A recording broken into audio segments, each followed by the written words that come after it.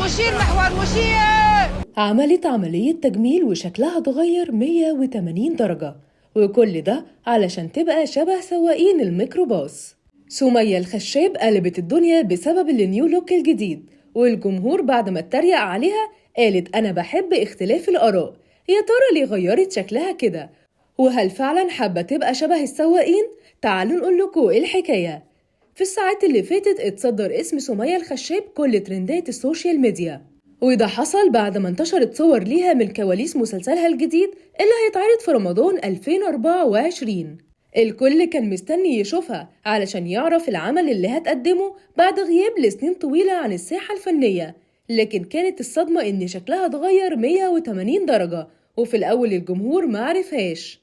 الناس طلعت واتريقت على شكلها وقالت إنها عملت عملية تجميل فاشلة، وإن كل اللي حصل لها ده بسبب الشد والنفخ، وإنه أكيد التغيير ده حصل بسبب البوتوكس والفيلر الكتير، وقالوا إن ده ضيع جمالها، رغم إن سمية كانت في وقت من الأوقات من أجمل الممثلات في الوسط الفني.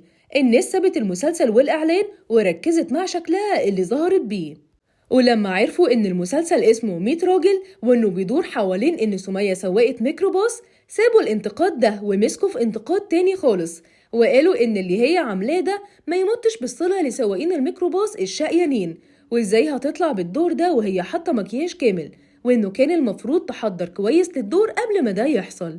لحد ما طلع مؤلف المسلسل ورد على كل الانتقادات الموجهة لسمية وقال أنا روحي رياضية وبحب الإفيه الحلو وممكن أسف على نفسي عادي، بس ده مش شكل سمية الخشاب الحقيقي في المسلسل. سمية بتجتهد جدا في الشخصية، وبإذن الله مسلسل ب100 راجل يبقى بداية رجوعها من تاني.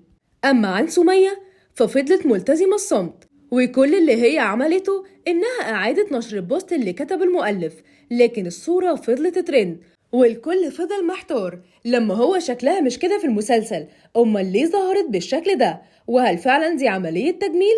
الناس اتقسمت لجزئين، جزء كان شايف إن الموضوع كله زاوية تصوير، لأنه في باقي البرومو كان شكلها طبيعي وما كانش في أي حاجة غريبة، وإن ممكن يكون الإضاءة والزاوية دي هي اللي ظهرت الاختلاف ده، وما ينفعش ينتقدوا عمل أو فنان من قبل ما المسلسل يتعرض علشان شكله.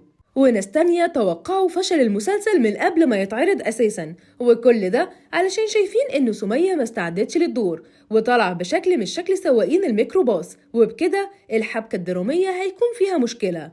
شايفين فعلا شكل سمية الخشاب اتغير بدرجة كبيرة؟ شاركونا رأيكم في التعليقات، وما تنسوش تفعلوا زر الجرس والإشعارات علشان يوصل لكم كل جديد من موقع صوت الملايين.